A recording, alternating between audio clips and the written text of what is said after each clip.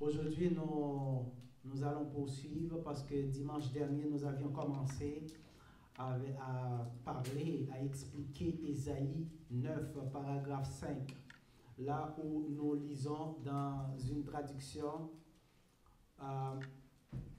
car un enfant nous est né, un fils nous a été donné, l'empire a été posé sur ses épaules, on lui donnera pour nom conseiller admirable, Dieu fort, Père éternel, prince de la paix, pour augmenter l'empire et donner une paix sans fin au trône de David et à son royaume, pour l'affermir et l'établir par le droit et par la justice dès maintenant et à toujours. Le zèle de Yahweh des armées fera cela.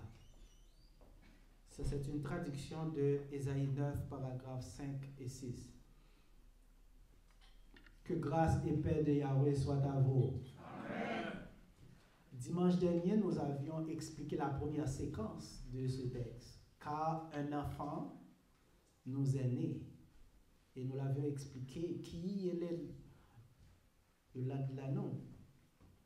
Un enfant, car un enfant a été enfanté pour nous.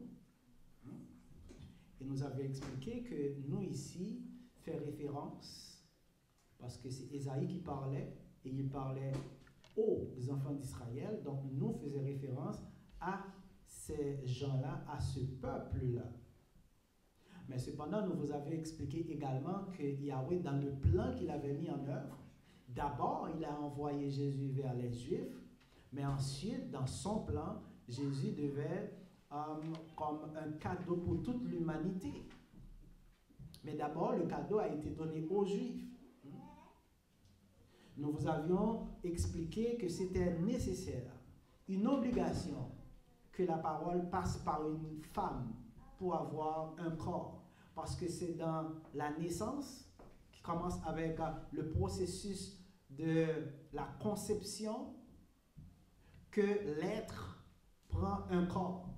Et c'est aussi dans cette étape que l'être qui va naître s'identifie à une lignée particulière, à une lignée généalogique en particulier.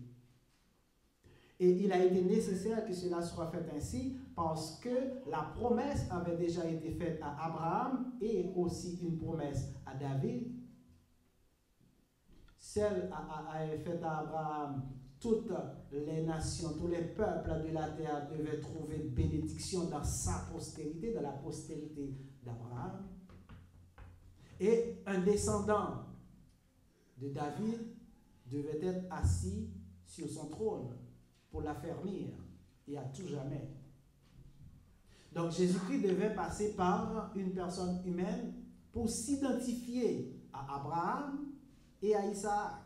Et ce n'est pas sans raison, lorsque vous lisez Matthieu, premier, Matthieu va d'entrée de jeu vous présenter Jésus comme un fils de David, un fils d'Abraham, mais c'est par sa naissance, du point de vue humain. Donc, chers amis, nous vous avions expliqué toute cette partie dimanche dernier.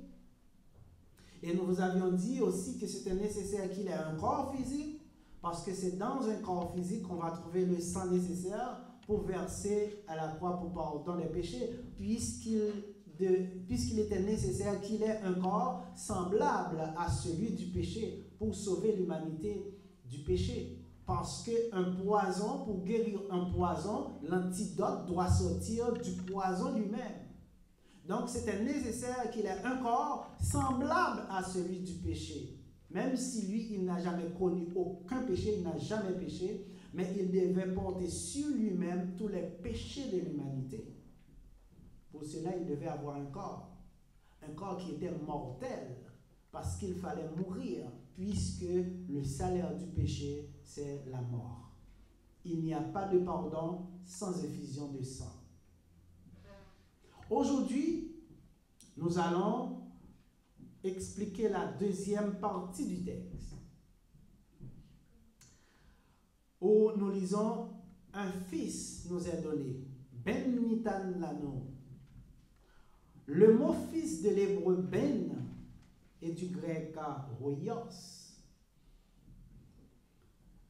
diffère de celui de enfant utilisé dans la première séquence que nous avions déjà analysée, qui est Yeled, enfant. Il y a une différence entre enfant et fils. Par exemple, Jésus-Christ est le Fils de Dieu.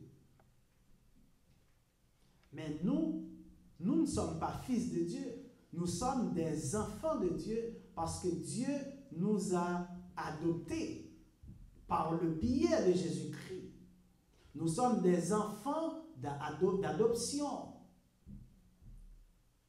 Parce que le mot fils met l'accent beaucoup plus sur la relation, le lien de parenté qui existe entre le fils et les parents. On peut voir aussi la possession. Un fils nous est donné. Nous voyons Nitan est donné, l'anneau à nous. Un fils est donné à nous.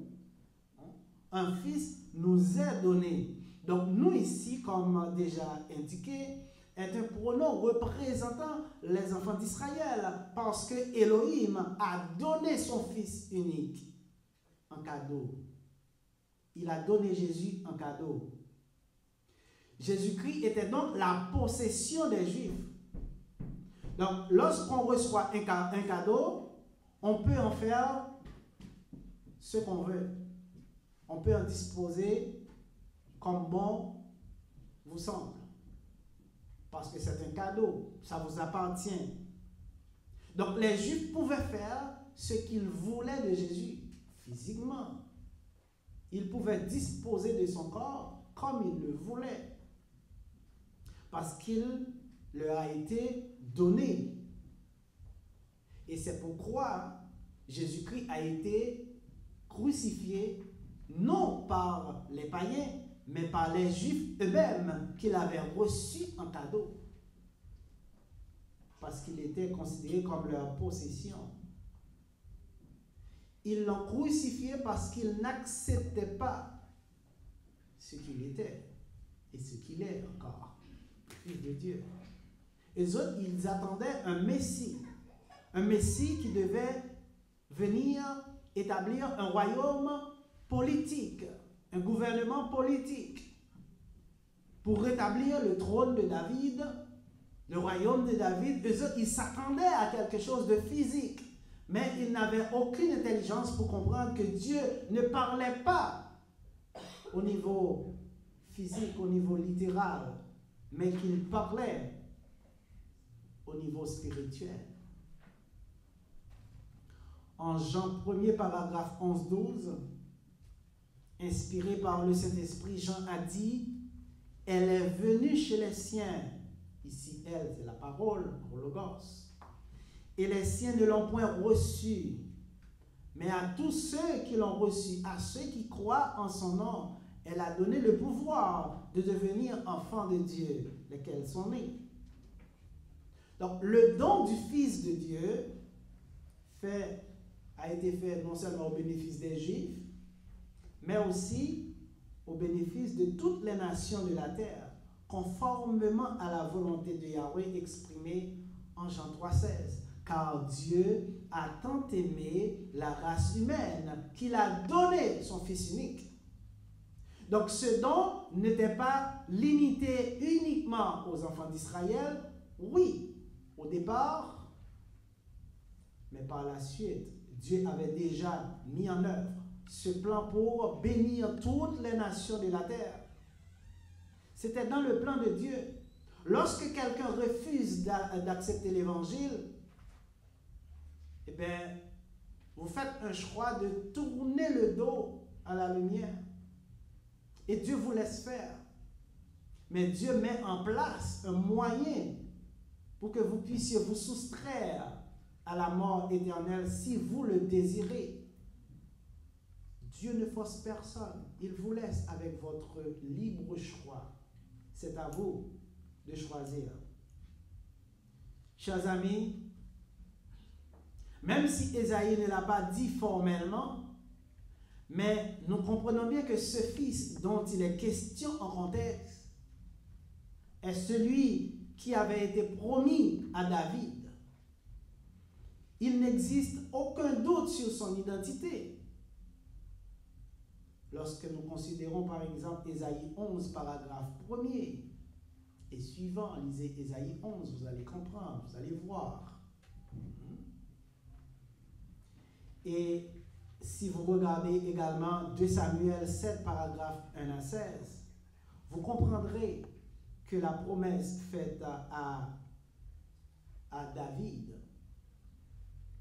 a trouvé accomplissement à travers la naissance de cet enfant, à travers ce fils qui est donné.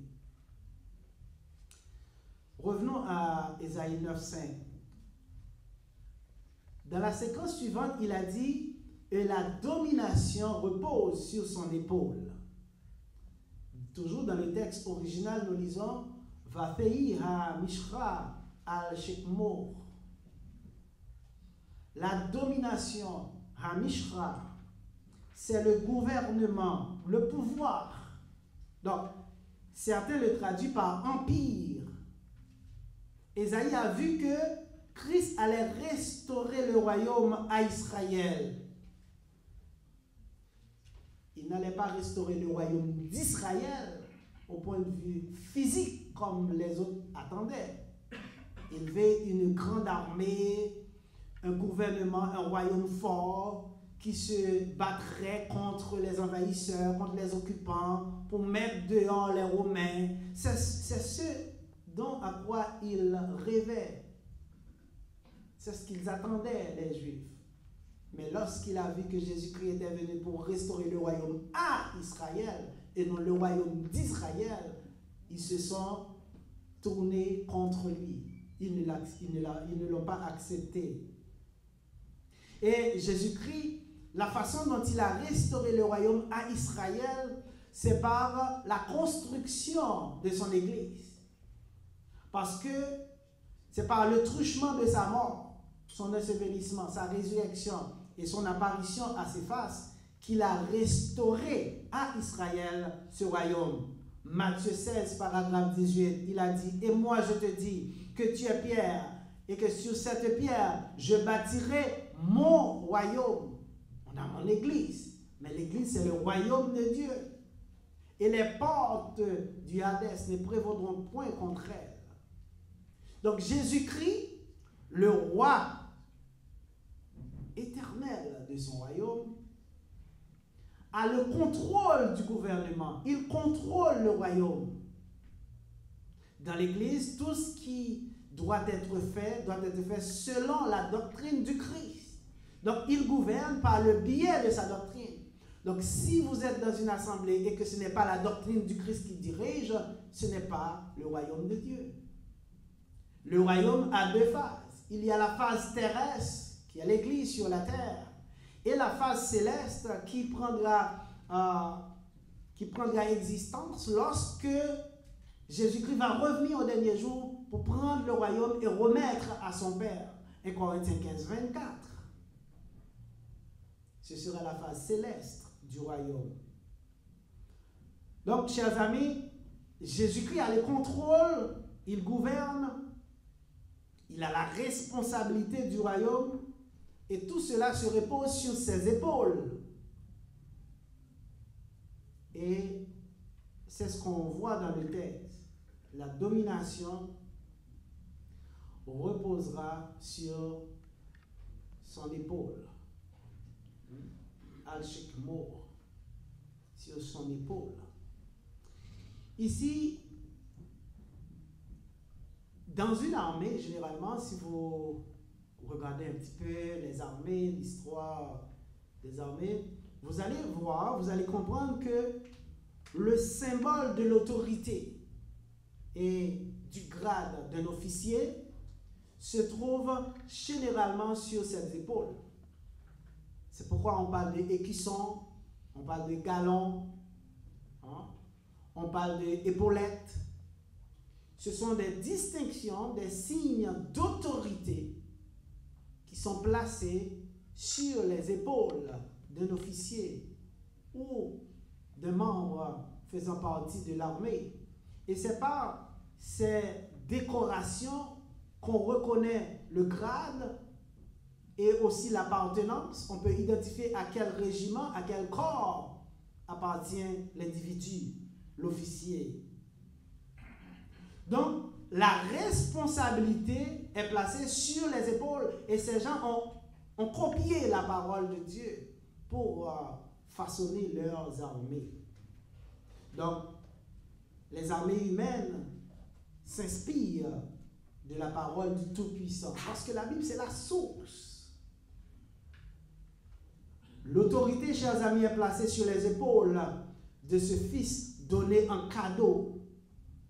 C'est pourquoi on l'appellera admirable conseiller, Dieu puissant, Père éternel, Prince de la paix.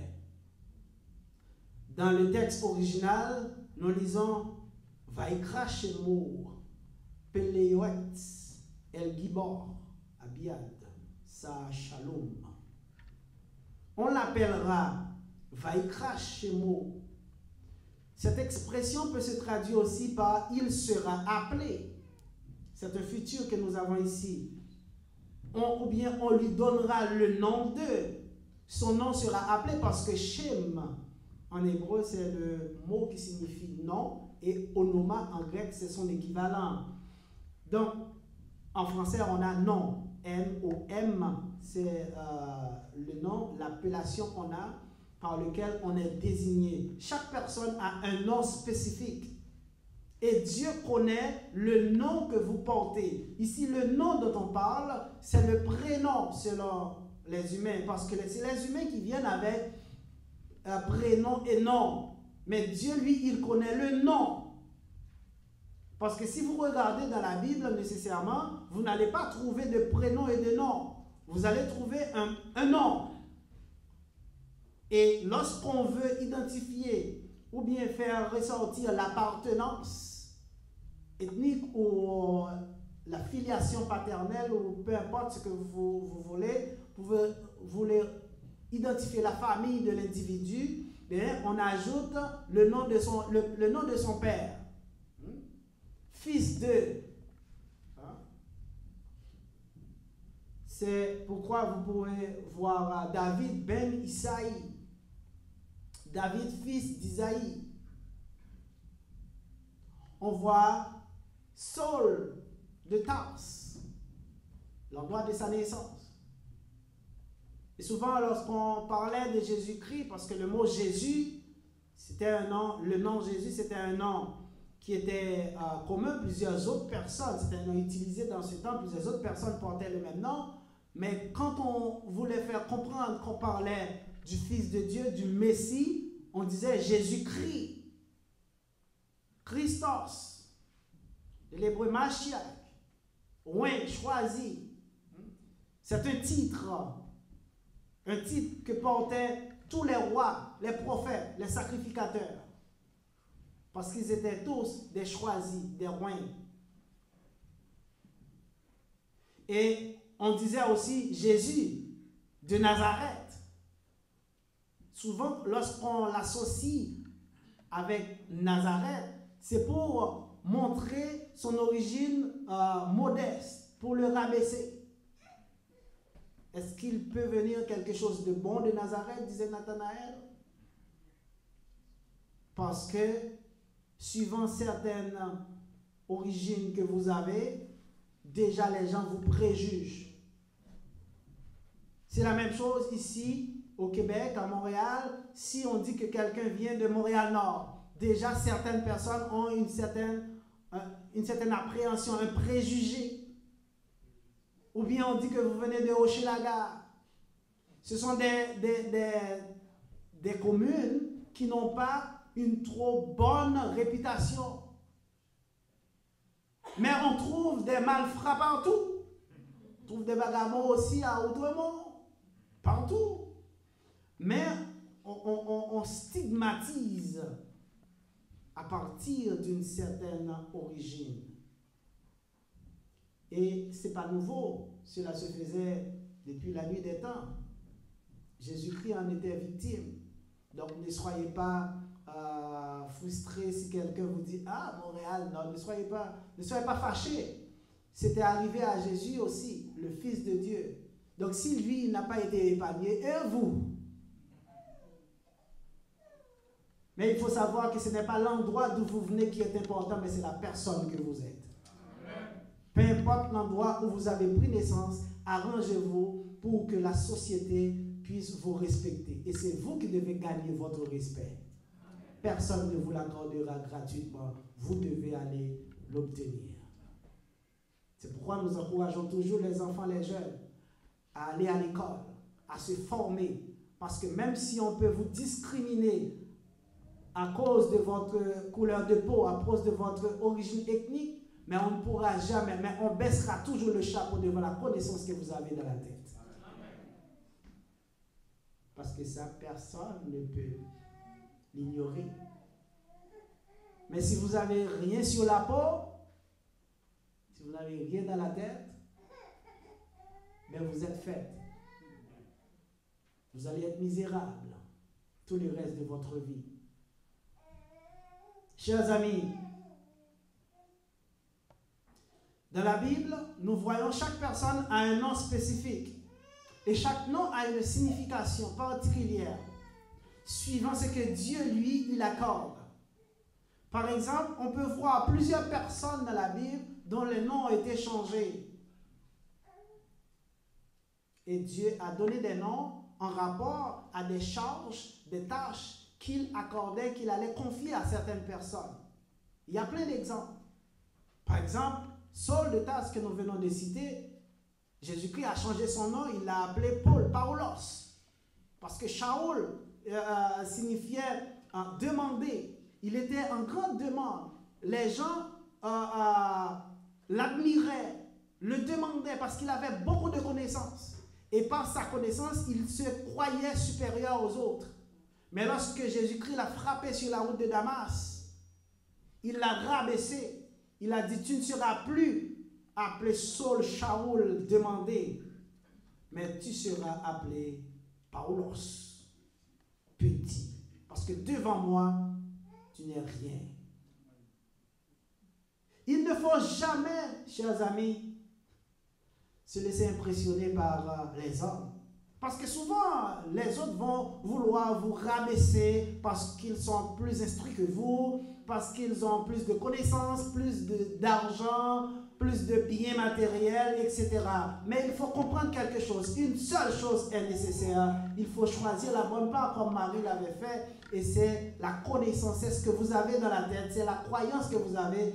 Parce que vous pouvez gagner le monde entier, mais si vous n'avez pas la crainte de Dieu, vous n'êtes rien. Mais est-ce que ça veut dire que vous devez vous conforter dans la misère, dans la médiocrité? Ah, je suis chrétien, Dieu m'aime, je la vie éternelle, je reste comme ça. Non! Dieu ne vous a pas créé pour être misérable. Dieu vous a créé pour de grandes choses. C'est vous qui avez choisi de vous garder dans la misère. Mais vous pouvez en sortir au moment où vous le voulez. Mais tout dépend de vous. Parce que tout se passe dans votre tête. C'est les choix que vous avez faits qui vous ont amené ici, qui vous ont amené dans la condition que vous êtes. Ben, vous pouvez les changer parce que c'est vous qui avez pris les décisions. Changez de décision et vous allez changer votre vie. Parce que si vous ne changez pas votre façon de penser, votre vie ne suivra pas. Yahweh change toujours de nom. Change toujours les noms de certaines personnes en conformité aux tâches qu'il les confie. Nous voyons Abraham, père d'élévation, père exalté. Son père était considéré comme un dieu dans son pays. Et il a changé son nom en Abraham, père d'une multitude, parce qu'il a dit à Abraham, ta descendance sera tellement nombreuse qu'on pourrait la comparer au sable de la mer, aux étoiles du ciel. Si vous pouvez compter les étoiles, vous pouvez compter les sables de la mer, eh bien vous pourrez aussi compter votre descendance. Mais au moment où Dieu a dit ça, Abraham n'avait aucun enfant. Et il était âgé, il était avancé en âge. Et Sarai, sa femme, était stérile. Mais à Dieu, il n'y a rien d'impossible. Dieu a changé son nom pour lui montrer que ce qu'il dit est vrai. Et il a eu Isaac lorsqu'il avait environ 100 ans. Imaginez, il l'a engendré à 100 ans. Et Sarah aussi avait dépassé l'âge pour enfanter. Mais la promesse de Dieu, chers amis, qu'est-ce qu'on voit? Dieu n'a pas de contrainte de temps. Il peut faire ce qu'il veut. Donc ce que Dieu a décidé, personne ne peut le bloquer. Si Dieu a décidé de votre délivrance, personne ne peut l'empêcher. Et si vous n'êtes pas encore délivré, c'est parce que le moment qu'il a fixé n'a pas encore sonné. Il faut persévérer. Il faut garder la foi. Il faut garder la patience. Parce qu'un jour, ce sera votre tour. Chaque personne a son jour. Chers amis, chaque être humain a un nom. C'est dans les épiceries qu'on voit des articles qui marquent sans nom. Mais ce que vous pouvez comprendre, le sans nom, c'est un nom. Il n'y a pas de personne, il n'y a pas de quidam de Joblo. Chaque personne a un nom. La première personne humaine que Dieu a formée, il s'appelait Adam. Adam, terre, tiré du sol. Parce que Dieu l'a formé de la poussière de la terre. Et lorsque Dieu a décidé de former une femme à partir d'une côte prise de cet homme, et Dieu l'a amené devant l'homme pour que l'homme lui donne un nom. Et l'homme a décidé de l'appeler Kava. Ça veut dire Ève, donneuse de vie. Parce que c'est la femme qui donne la vie. L'homme ne donne pas la vie. L'homme engendre, la femme enfante. Donc c'est à travers la femme que l'être humain prend corps. Donc s'il n'y a pas de femme, il n'y aura pas de naissance dans le monde. Chers amis, la femme est celle par qui l'enfant trouve la vie biologique. C'est pourquoi on dit souvent que rien, absolument rien, ne peut remplacer une mère. On peut suppléer à un père. Un père qui n'est pas là, c'est moins d'importance par rapport à une mère. Mais on parle des vraies mères, on ne parle pas des mères 2.0. Parce que de nos jours, il y a des enfanteuses.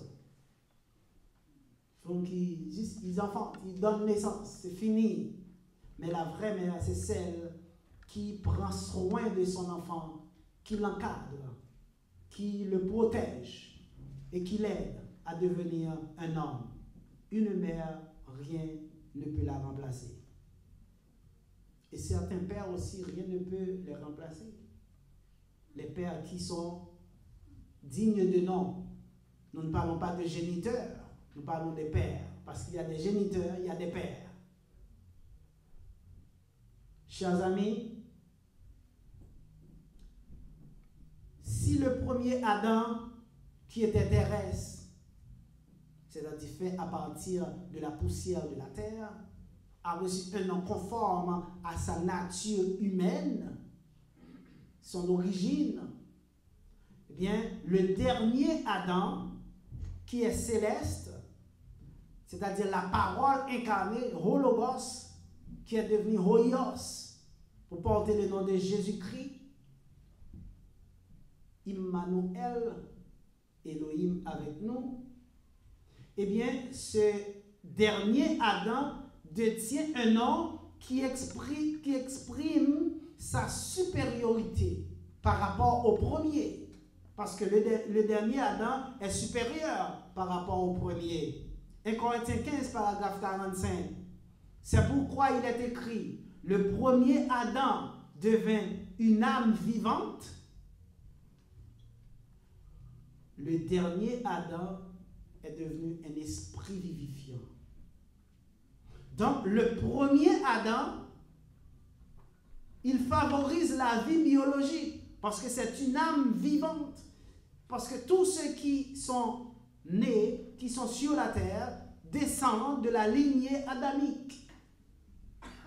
La descendance d'Adam. C'est pourquoi nous avons aussi, dans notre chair, hérité de ce qu'on appelle la nature pécheresse. C'est pourquoi nous sommes mortels. L'homme est mortel parce qu'on descend d'Adam.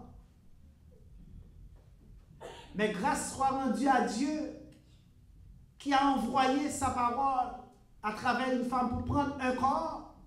Donc, il n'a pas pris naissance de la même manière que tous les hommes. Donc, Jésus n'est pas appelé fils d'Adam, mais il est appelé fils d'Abraham. Parce que par Abraham, la promesse a été faite de bénir toutes les nations de la terre à travers la descendance d'Abraham. C'est pourquoi le second Adam, le dernier Adam, il peut accorder la vie. Il est un esprit qui donne la vie. Et c'est en acceptant l'évangile que Christ est mort, qu'il est enseveli, qu'il est ressuscité, qu'il est apparu, que nous pouvons avoir la possibilité de trouver la vie. Le dernier Adam, Jésus-Christ, Emmanuel, Elohim avec nous. Yahweh sauve. Si nous prenons la définition même, ce que signifie même le nom de Jésus, Yeshua. Ce n'est pas Yahshua, comme des gens disent, mais c'est Yeshua. Donc, c'est Yahweh sauve. C'est Yahweh qui donne le salut. Donc, le salut, c'est la vie spirituelle, la vie éternelle. Donc, nous avons la possibilité de bénéficier de la vie par cet Adam. Chers amis, son nom sera appelé, on l'appellera admirable conseiller. Qu'est-ce que ça veut dire? Le temps est écoulé. Nous allons y revenir dimanche si Dieu le veut pour poursuivre cette explication combien passionnante de cette prophétie de Ésaïe à propos du Messie. Entre-temps, vous devez savoir que ce Fils qui a été donné pour l'humanité. Jean 3,16 que nous avions mentionné. Car un enfant nous est né, un Fils nous est donné. Jean 3,16. Car Dieu a tant aimé la race humaine qu'il a donné son Fils unique, afin que quiconque croit en lui ne périsse point, mais qu'il ait la vie éternelle. Croire ici, c'est être persuadé. Tous ceux qui sont persuadés de sa mort, son ensevelissement, sa résurrection, son apparition à ses faces, pourra trouver la vie au dernier jour.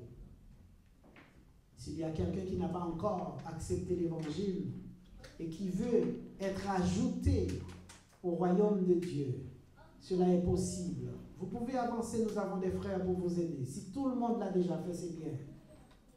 Mais sachez que personne ne sera sauvé sans remplir les conditions qui sont déposées par le Maître. Personne. Et il n'y aura pas de cadeau, d'autres cadeaux au dernier jour. Le cadeau a été déjà fait, c'est maintenant qu'il faut l'accepter pour avoir la vie. Qu'il en soit ainsi pour vous. Mettez-vous debout pour terminer, s'il vous plaît.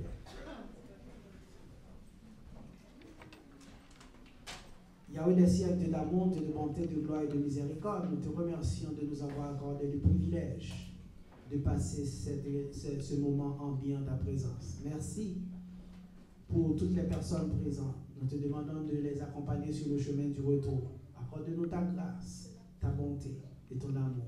Permets que nous puissions toujours rester attachés à ta parole, parce que c'est en toi seul que se trouve la vie. Si nous te prions, ce n'est pas parce que nous sommes bons, mais c'est au nom de ton Fils Jésus qui vit éternellement. Amen.